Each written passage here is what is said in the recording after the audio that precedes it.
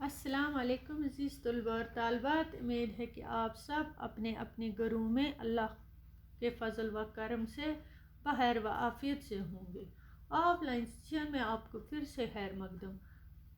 جماعت ساتویں ہے، ہمارا مضمون اردو ہے بچوں، اور آج کا موضوع ہے ہمارا سائنس اور جنگ۔ کل جو سبق ہم نے پڑھا کہ پہلے زمانے کی جنگ فوجوں کی جسمانی طاقت اور پھرتیلی کا مقابلہ ہوتا تھا، تو آج کی جنگ سائنس کی جنگ ہے۔ تو پہلے زمانے کی جنگ تلواریں، نیزوں اور تیروں کی لڑائی سے بہت سی انسانی جانیں جاتی تھی، لیکن جو بموں کی تباہی ہے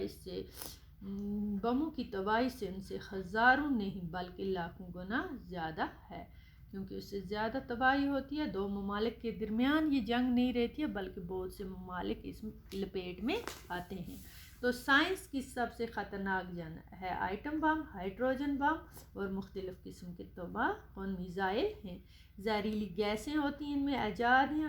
ان بموں میں گیسوں کے اندر چھپی ہوئی طاقت چند سیکنڈوں میں تمام دنیا کو تباہ کر سکتی ہے۔ جاپان میں ایٹم بم گرنے سے جو تباہی ہوئی ہے، دنیا کی تاریخ میں اس کی مثال ہمیں نہیں ملے گی۔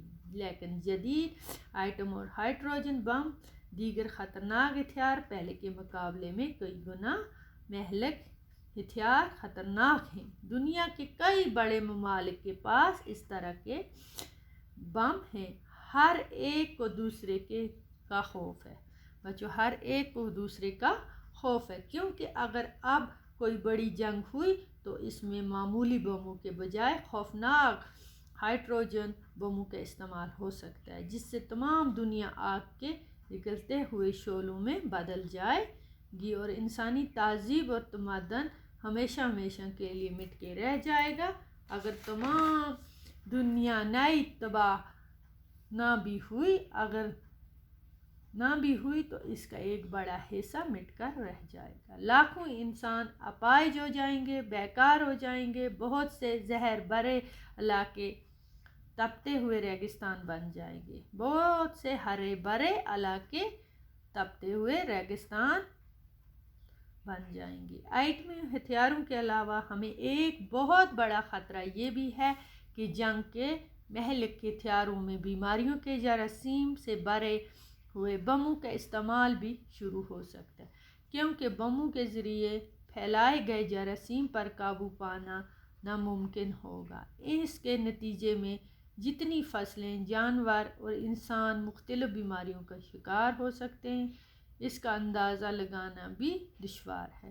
یہ بات واضح ہے کہ خطرناک جنگی ساز و سامان، تباہ کن اسلحہ سائنس کی نئی دریافت ہے، لیکن اس کا مطلب یہ نہیں ہے کہ یہ سائنس کا قصور ہے۔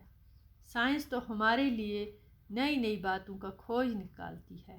یہ ہمارا کام ہے کہ ان سائنسی دریافتوں کو غلط راستے پر لگائیں یا اچھے راستے پر لائیں، لیکن یہ بات 100% صحیح ہے کہ ان سائنسی ایجاد کا غلط استعمال انسان اور انسانیت کے لیے یقیناً نقصان دہ ہو سکتا ہے۔ تو بچوں، یہ آج کمپلیٹ ہم نے پڑھا، ہم نے جانا کہ جنگ اور سائنسی جنگ کے بارے میں، پہلے زمانے کی جنگ اور آج کی جنگ میں کتنا فرق ہے۔ تو بچوں، اس کے سوال جوابات ہم لکھ چکے ہیں پہلے، امید ہے کہ آپ اچھی طرح سے وہ یاد کریں گے، پڑھیں گے۔ خدا حافظ۔